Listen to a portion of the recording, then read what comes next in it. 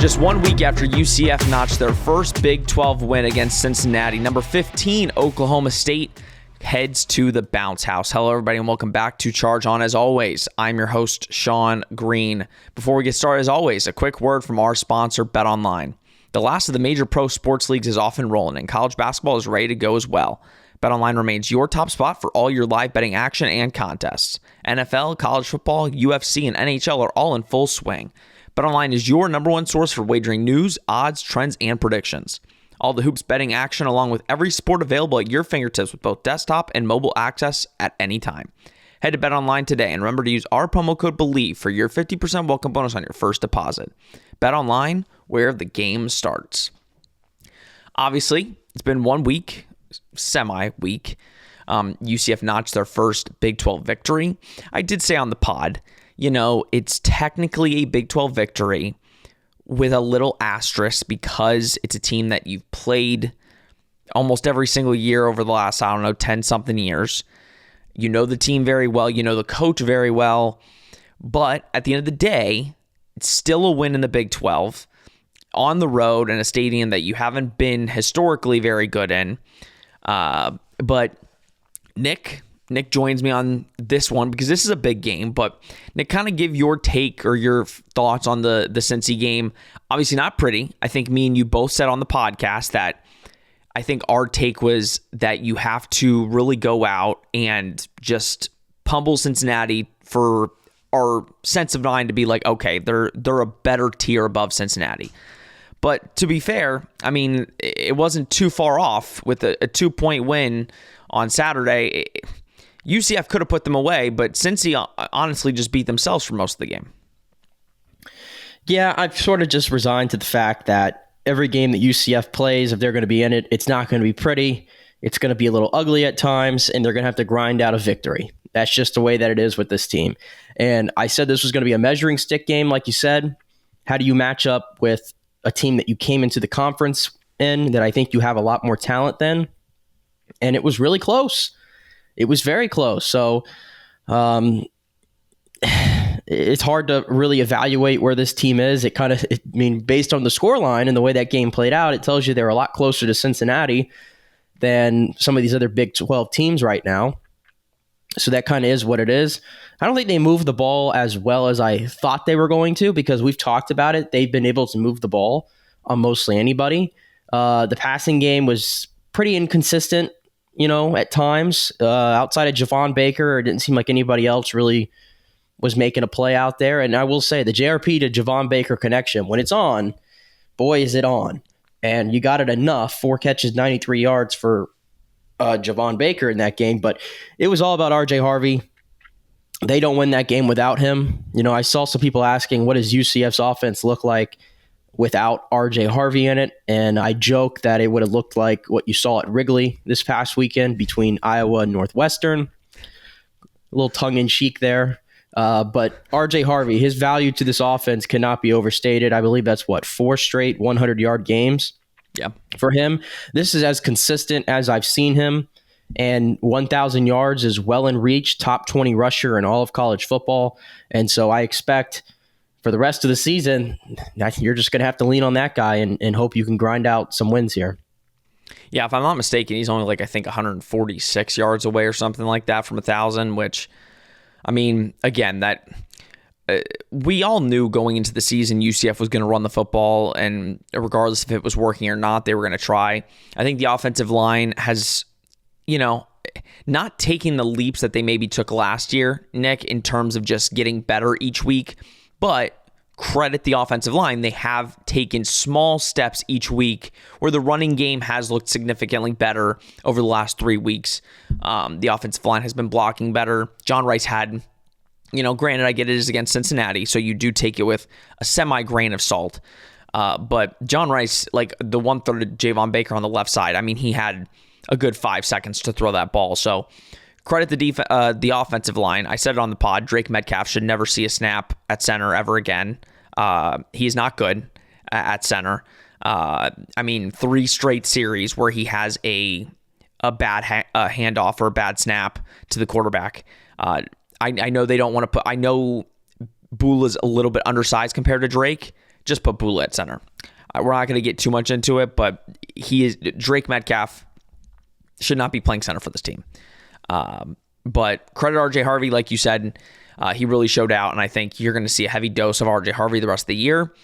And, Johnny didn't get much work because RJ was doing kind of so good on the ground. And I'm okay with that. I'm okay with that. Yeah. And listen, if he's not involved in the passing game, I mean, get behind your best lead back. And RJ Harvey is that. And I said on the pod, like last year we were clamoring for RJ Harvey, and I think he had a slow start to the year, which again, offensive line had something to do with that. But I think he's really turned it on here, and he's making himself into a pretty interesting NFL prospect because he can kind of do both. He can catch the ball, he can run the ball. He's hard to tackle, he's hard to bring down. And the Big 12, as we get into it, Nick, Big 12 running backs are insane this year, and he adds to that. Yeah, the conference in general, I think, it's been really like up and down with how you kind of feel about this conference. But then you look at least today, you got Texas, Oklahoma State, Oklahoma, Kansas, and Kansas State all ranked. So you got 5 teams, and then West Virginia, after what they just did to BYU, now they're 6-3. And seem like they're knocking on the door to be ranked potentially next week. So the conference looks a little bit more deeper than maybe initially we thought when it looked like it was a down year overall. So that's good for the strength of the conference in the future and all that. But yes, the running backs have taken over. And that's, I guess, it's been a lot of disappointing things that we've had to talk about all season long. But the one positive, like you said, RJ Harvey has turned himself into a potential, NFL prospect, it looks like. Not like a high draft pick or anything, but I think he's absolutely a draftable player. And then on defensive side of the ball, Tremont Morris-Brash continues to make plays. I think he leads the Big 12 in sacks, and he's got the tackle for loss numbers up. He looks like a guy that's definitely going to be maybe a mid-round pick in the draft. We'll have to see in that process. But if you're looking for some positives, you've had 2 players right there turn out and look like they're going to be guys who can start playing on Sunday. So there's your positives. Yeah. Right there. No, listen, I think UCF this offseason might get back to getting some players drafted. I mean, it's been, I think, a year or so where it took a little bit of a lull in NFL or in UCF players getting drafted to the NFL. I know we'll talk about that towards the end of the year and once season's over, but I suspect you'll get at least, 3, possibly 4 get drafted off this team when they do choose to go into the draft. But listen, it doesn't get any easier, right? You get your first win, you beat Cincinnati, and then you're playing an Oklahoma State team that just had one of their biggest wins in program history, given Bedlam and Bedlam ending. And I'm sure Oklahoma fans are not happy that they're not going to see Oklahoma State next year because notoriously Oklahoma has ruled that rivalry. And Oklahoma State, you know how it is, Nick. Like UCF plays USF. UCF won last year. USF has no opportunity in the next, potential decade to rewrite that history. So regardless of anything that happens, you can always say we were the last to win, just like UCF versus Florida. Until next year, Florida has not had an opportunity to right that wrong. So Oklahoma State beats Oklahoma in Bedlam. Mike Gundy is making something out of nothing again. And we were originally saying that at the beginning of the season, where Oklahoma State's not looking too good. It's a bunch of players just meddled together. And what do you know? He's got probably the best back in the country. He's got a quarterback that doesn't make many mistakes and just is a really good game manager. And I do not say game manager in a bad sense. Listen, I'm a Tom Brady fan. I was a Patriots fan, or I am a Patriots fan. Everybody would call Tom Brady a game manager. I find that as a term of endearment. It's a great term. And we'll talk about the defense, but I think the defense makes stops when needed. They're not the best defense, but they make stops when needed. So, Nick, kind of give your early assessment on Oklahoma State, and you kind of called it. I mean, I was kind of out on Oklahoma State. They lose to South Alabama in week 1, and you're like, maybe I shouldn't have stuck up for Mike Gundy. But Mike Gundy does it again, and he is a hell of an Oklahoma State team this year. Yeah, I remember we were doing our preseason Big 12 predictions, and I was looking around to see what other people were saying about this team, and there were people that were picking them to be like second to last in the conference and definitely one of the bottom 4 or 5 teams. And That's just historically, that's just not what happens at Oklahoma State. And that's not what happened to Mike Gundy teams. Like, this guy just finds a way. I know he's not the most likable guy for various things in recent years. And I get that. You can think about however you want about the guy personally. But as a coach, at a place that doesn't historically recruit at the high end of college football, it's like kind of like the Utah factor to me. Like Kyle Whittingham and Mike Gundy, they've both been at their programs for almost the same amount of time, I believe. And consistently, they find ways to get their team over 500 and knocking on the door of going to conference championships, and in some cases, getting to conference championships. And so that's the greatest compliment I can give. I mean, Mike Gundy is one of the best coaches in college football. He has been for some time. I think he deserves that credit. And that's frankly why I didn't buy into this stuff that they were going to be this horrible team this season. This was going to be the start of the end to Mike Gundy. It just doesn't happen. And you go back to the South Alabama game, you talk about being at a crossroads as a program. And where do we go now? Well, what happened? Mike Gundy figured it out. Like, okay, well, now we got to find out what are our strengths on this football team, and now we got to play to them. And lo and behold, you have arguably the best running back in the country right now, definitely the best one going at the moment, in Ollie Gordon. Okay, we're just going to feed that guy 30 times plus a game. And we're gonna live and die by that. And so far, it's working out. I mean, you look at the wins they've gotten over Oklahoma State, on that Kansas State on that Friday night at home. That was kind of like the start of them like turning things around, and then winning in Bedlam and making enough plays. And I know you were pleased to see that Dylan Gabriel didn't have his greatest game. I'm sure a lot of UCF fans were. 2 big games, 2 stray losses. I mean, yeah, right. That's all I'm going to say on it. Right. But now here they come in and look, they're up to number 15 in the national rankings now, the college football playoff. They're up to 15, if you can believe it. And I'd argue they'd give other teams in front of them a run for their money as well. So this is one of the best teams going in college football at the moment. And then you compare that to UCF, who, yes, you got your first win in the Big 12. It was against Cincinnati. You have to start somewhere. You know, we no longer have that 0 next to our Big 12 column, but I think we would love to see them get a win over a traditional Big 12 opponent, but not sure if that's going to happen, and I don't probably envision that happening this week. I mean, the crazy things can happen. Like the line on this game is like, what is it, like 1.5 or something like that? It's crazy. It's everything like, from 1.5 UCF favorite to 6.5 UCF underdog. Yeah, I mean, the 1.5. They are really buying into the home factor because I do not understand. This team the line hasn't played well at home, though. I know. This team's played better on the road. If anything, this team's played better on the road. So I'm not buying into that at all. I mean, just look at if you've watched UCF's team, what's the one thing that they struggle at the most is stopping the run.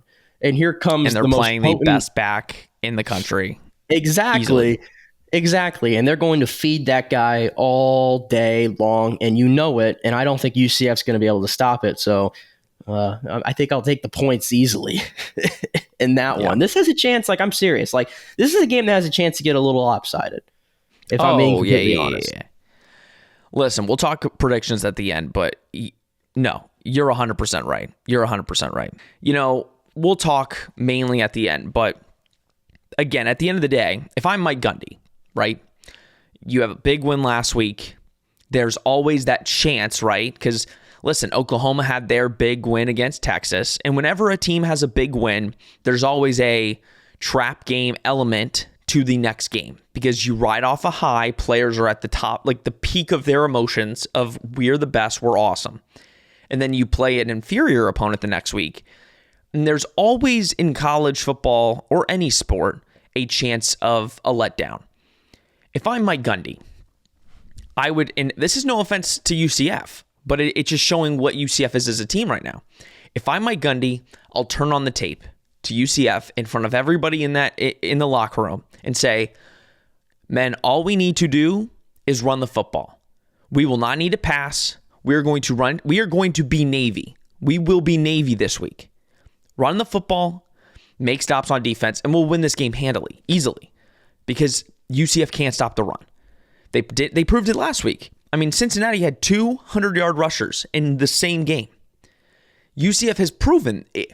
And listen, ultimately, this is what it comes down to, Nick. And I think I want to get your take on it. UCF is trying to play a 3-4 or a 4-3, I think. They need to switch it up. I mean, I think they're trying to play a 4-3 thinking, things can change. They're not good enough to play the defense that they're playing. They're leaving two linebackers right there that cannot stop the run at all. They go to one side, and it's the cutbacks, Nick. It's the cutbacks that have been killing this team. And I'm not saying Ollie Gordon's going to cut the ball back too much. He's good enough where he is going to do whatever he wants against this UCF run defense. And I don't know if, listen, it might just be crowd the box as much as you possibly can and force Oklahoma State to throw the ball. If I'm Gus Malzahn, I'm telling Addison, we're not going to let Ollie Gordon beat us. We're going to let Bowman beat us with his arm. But then again, do you really think, Nick, if that is UCF's MO this week of let's just load the box, let's crowd about 7 guys in there and just go man-to-man with the corners, do you think UCF stands a chance, even with just crowding the box? Or do you think it's already written in stone that Ollie Gordon's going to run for probably 350 yards plus over on this UCF run defense? I don't know if he's going to run for 350 yards, but I will bet money. There's potential there. I mean, I'm sure there's potential. What did he run for against? What was the game? I feel like he ran for 300. I got to look it up. You go, but I'm going to look it up right now because he ran for 282 and 4 touchdowns against West Virginia. And you don't think he can add an extra 70 against us? Of course he could. It's just an outrageous number it's an outrageous number to think about. I mean, he went for 280. He went for 282 against West Virginia, and then a week later followed it up with 271 against Cincinnati. He is gone, dude. In the last 3 weeks, fans, this is going to be rough. Like in the last 3 weeks against West Virginia, Cincinnati, and OU, he has ran for over 650 to 700 yards. And has 8 touchdowns in 3 weeks. In 3 weeks. In each of those games, he's run over 25 times. In the last 4 weeks, he's run over 25 times. And I'd argue, Sean, by the way, because you're talking about, okay, well, can UCF make Alan Bowman beat you? And yes, on paper, on surface, you're like, yeah, that's the obvious game plan. But yeah, I'd argue that Oklahoma tried to do that last week. And because Ollie Gordon, by his lofty standards that he has put out there, he ran for 137 yards last week, I believe it was, against Oklahoma, but he took him 33 carries to get to that number. Okay. Not the greatest yards per carry in the world. No. Right? Still productive. Absolutely. And that wears down a defense when you run it that many times, right? And OU's run defense is pretty good. Exactly. And they're pretty good. And Alan Bowman had his best game of the year, throwing for 334 yards. So is UCF going to be able to just magically hold Ollie Gordon to that yardage, and then Alan Bowman's going to lay a pumpkin or turn into a pumpkin against UCF and their defense right now? I'm not betting on that. No. I'm not betting on that. But at the end of the day, this is a team that has Big 12 championship aspirations. That's where they are right now as a program. UCF is merely just a stepping stone for them to continue on that. This should not be a game that gives them much resistance. Not saying they're going in thinking that, because you've got to go out there and execute to win every single time. Crazy things are happening in college football every single week. Teams are being tested.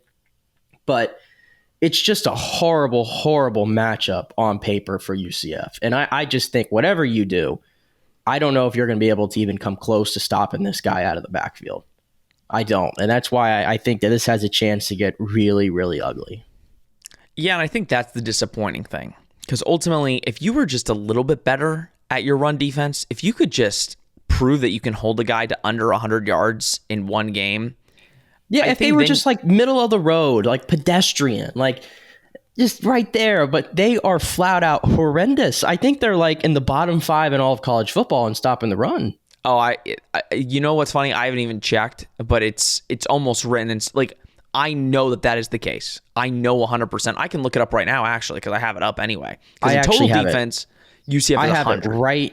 I have it right in front of me, Sean. Oh, see, and I'm so scrolling all the way to the bottom, and here you go. They are. How many teams are there? 131. Oh yeah, okay, I see it. Wow, yeah, that's pretty bad. If there's 130 teams, 130 teams, they're 127th in stopping the run. The only teams worse than them are Louisiana Tech, Georgia Tech, and the Mean Green of North Texas. That's it. That's where your UCF Knights are ranked at stopping the run. Which one is a Power 5 You shouldn't even call it program, stopping the run, because they don't do anything like that. But they don't stop the run at all. But yeah, that's where it is. And then you compare that to where Oklahoma State ranks in rushing the football nationally, and they're up near the top half of that. So good luck. But to be fair, UCF's actually fourth in the country in running the football. Actually better than Oklahoma State on paper. So yep, on paper, for what that's worth. Yeah, it's going to be rough. I mean, listen, UCF plays a 3-4. That's their defense. They play a 3-4 defense, and they don't have the men to play a 3-4 defense. I get it. That's what you want to do, but we don't have the linebackers to run a 3-4. I think literally somebody commented that we don't have, like on our last video, that we don't have the linebackers to run a 3-4. These guys just don't make plays. I mean, it's as simple as that. And I said this at the mid-year in the same stance. Like Jason Johnson has 80 tackles this year, but he's made no plays. He made one last week. I mean, he got the fumble recovery, which was big. Oh, cool. But other than that, he's made no plays. He's just there. Well, I think the guys that, and we'll get more into Oklahoma State here in a second, but, we talked about Tremont Morris-Brash. He's leading the Big 12 in sacks. Right. He's really kind of, the move from the American over to the Big 12 hasn't looked too much of a big difference. He's if anything, improved from the move, and he's really kind of put his name out there on, the NFL radar when he chooses to go, which is most likely going to be after this year. Lee Hunter kind of, it was his first year last year that really got significant snaps, struggled. This year, I mean, again, he was my MVP of last week because, again, he just makes plays. He makes stops in crucial situations. We talk about those guys. Yet Josh Seliskar, non-existent this year, like non-existent. And I feel bad I said it on the last pod, I feel bad for Josh Seliskar because if he would have just entered the draft last season, listen, he would have been maybe a 5th, 6th round pick, would have made some money. Now he's hurt his draft. He will not get drafted because he's put on a terrible season of tape. So some of these guys that decided to stay ultimately have really hurt themselves. So It's the guys like that I feel bad for. But at the same time, now you see your best player on defense last season is now not even a top 5 player on your defense this season. That's he still plays a lot. And I know UCF rotates a pretty good amount on their defensive line, but Malachi Lawrence, as far as I'm concerned, I mean, assuming Josh Salazar stays another year potentially, I think, is he eligible for? He might be done. So. Mm-hmm. Yeah, he might be done. But Malachi Lawrence is obviously going to be here.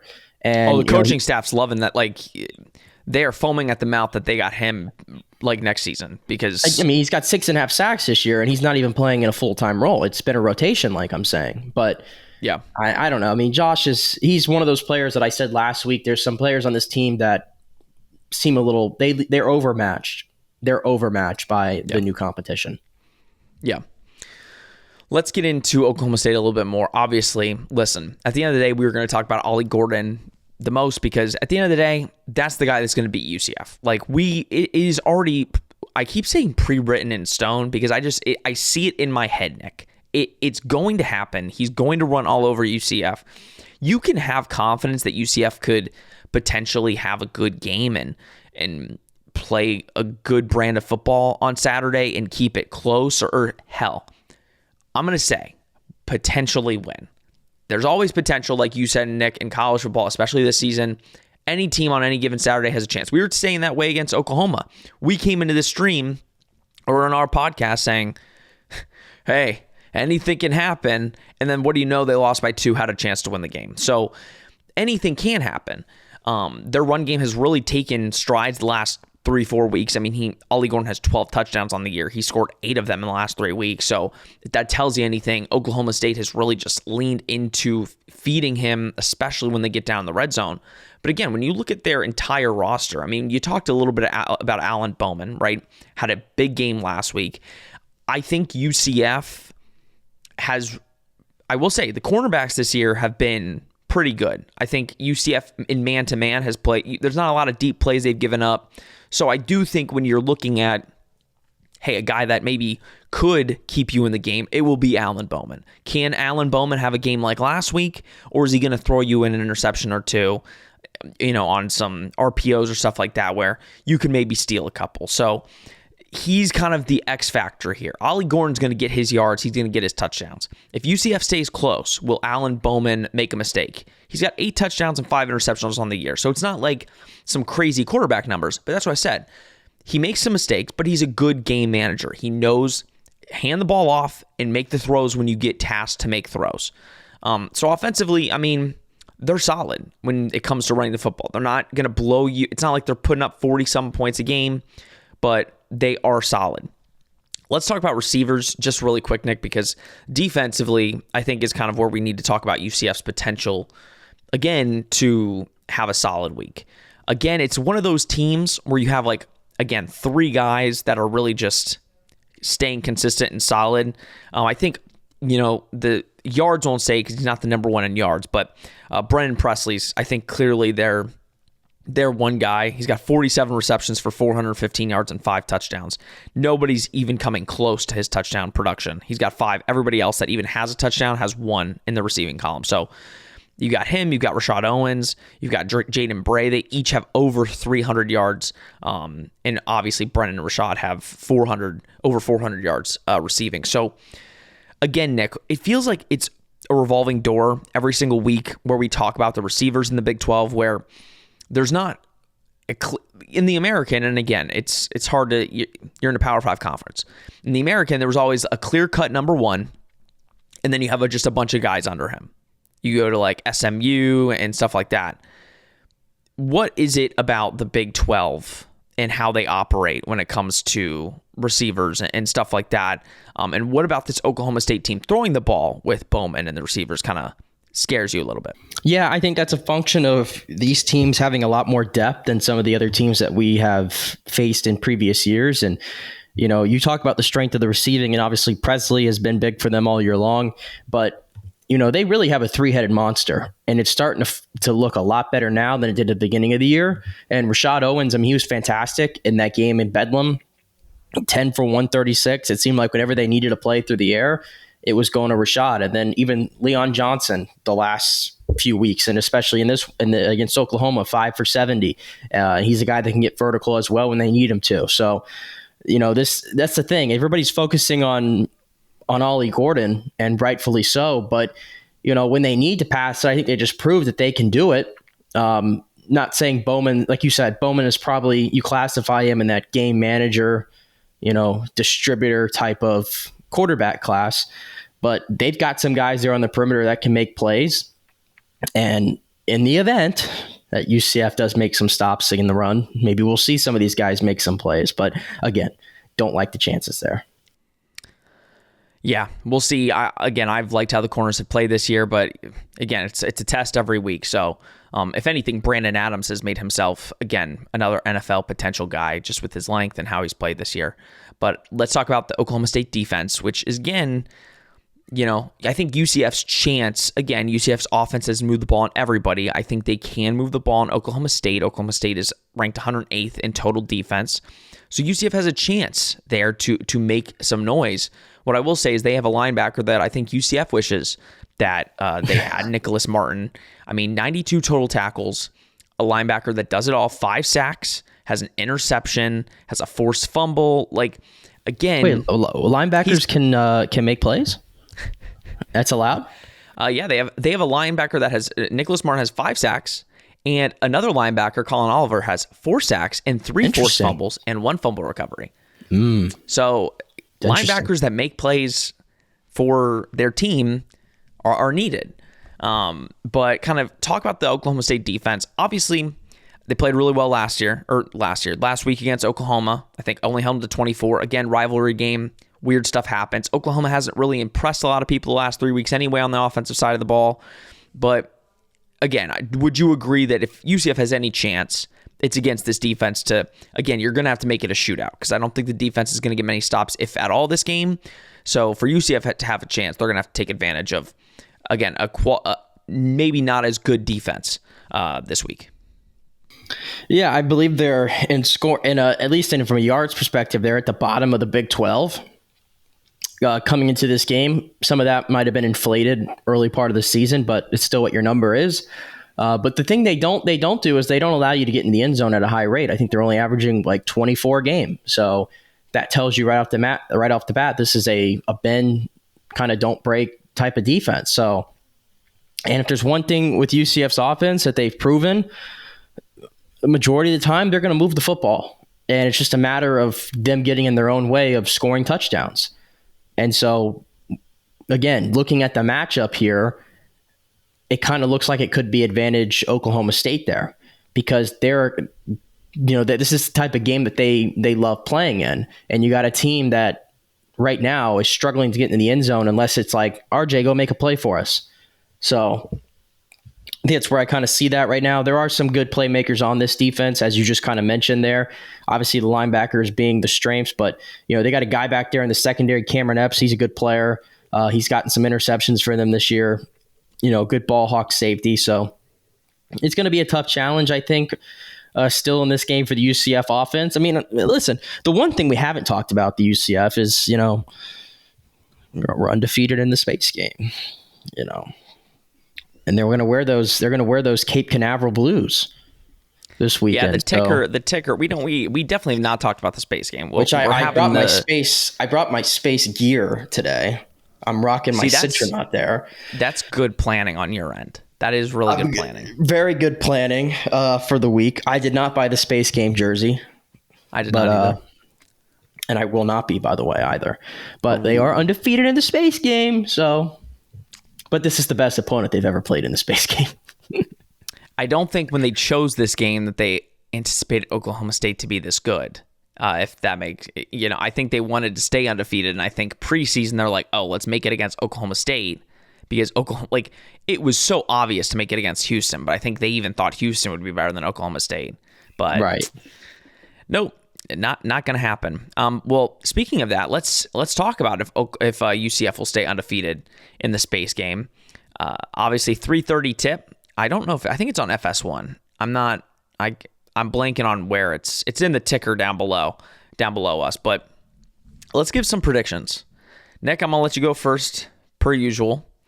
Tough game, but big. If you win, it's a big time win for the program, a top 25 win, kind of like last year against Cincinnati. And you can prove to people that you can play to the same thing that you have played. I think at this point, you've played every single top 25 team that the Big 12 has this year, besides Texas, and your top 30 team if you count West Virginia. So, give your take on this game and give your score prediction. I went and checked, by the way. We're on ESPN, actually, for this one, right there at 3:30. So we're going to be... Thank you, Oklahoma State. Thank you, we're going Oklahoma State. We're going to have real announcers at the game for the first time. Isn't that going to be lovely? RG3. RG3. Oh, it's RG3 doing the game? Yeah, RG3's doing the game. Oh, that's a hot take. A lot of people love RG3. I know he loves our program, but he's just a little over the top for me. That's all I'm going to say about RG3, but anywho, loves the program, and that's good. Score prediction. I'm feeling I think Oklahoma State 38. I think Ollie Gordon's going to be able to do mostly whatever he wants. So I'm going to go 38. I might be a little conservative there. I'm going to go 38. And I'm going to say UCF 23. I think Oklahoma State kind of does what they do for the most part, and they hold them around to their average. So 38-23, 15-point victory. Yes, that means I'm taking the points. I looked today, it's Oklahoma State's a 3-point favorite. I'm taking that with ease. So 38-23. Yeah, I'm going to make this easy. I don't think it's close at all. I'm going to say 48-28, 20-point victory. Listen, you got to call it like you see it. I don't think until UCF has not proven to me, they've only proven in 1 week, and that was against Oklahoma, which, again, hasn't been the best running team in the conference or even in college football. So I'm saying a 20-point victory for Oklahoma State. I think they boat race UCF. I hope UCF puts up a good fight. And again, but if we've proven anything, UCF plays really well in the first half, kind of takes a little bit of a dip in the third quarter, and then the dam breaks in the fourth quarter. I see that happening very similarly here. I think Ollie Gordon runs all over UCF. I think if UCF wants to even have a slim chance, you need to be able to get into a shootout and possess the football. None of this fast offense this week. You want to limit Oklahoma State's chances to possess the football, and that will mean limiting turnovers. No turnovers just like last week, and you might have a chance. You might have a chance there, but I hope I'm a good jinx this week. I'm going to say we get blown out, and knowing my jinx powers, we win the game. So that's what I'm going to say. Nick, final thoughts. Interesting game, should be a fun one. And again, another opportunity for UCF to kind of change the narrative a little bit. But yeah, it's an opportunity to change the narrative. Sure, you can look at it like that. I don't mean to sound so doom and gloom because, we're supposed to be celebrating our first Big 12 victory. They're going to get Xavier Townsend back. Hopefully we didn't mention that. So that's a plus, but yeah, Oklahoma State's just too much right now. We'll see about Xavier, but Oklahoma State's just too much right now. And again, it's going to be an uphill battle to get to bowl eligibility. Guys, what do you think? Drop it down in the comments below, your score predictions, what you're thinking on this game. I know we're going to have probably a lot of Oklahoma State fans telling us that we're wrong or that Alan Bowman is not a game manager. So please, Oklahoma State fans, also drop your comments. I put a lot of praise today. I put a lot of praise today on the Oklahoma State program. So they can go after you. Yeah. Hey, I gave him a 20-point victory. You just said 15. So, all right, guys. As Nick signs off with bad Wi-Fi, this will be doing it for this episode of Charge On. Please like, subscribe, share, do all that you do. We greatly appreciate it. And hopefully we can come back to you with a win or just a really positive loss. All right, guys. This has been Charge On presented by Bet Online. We will see you on Sunday.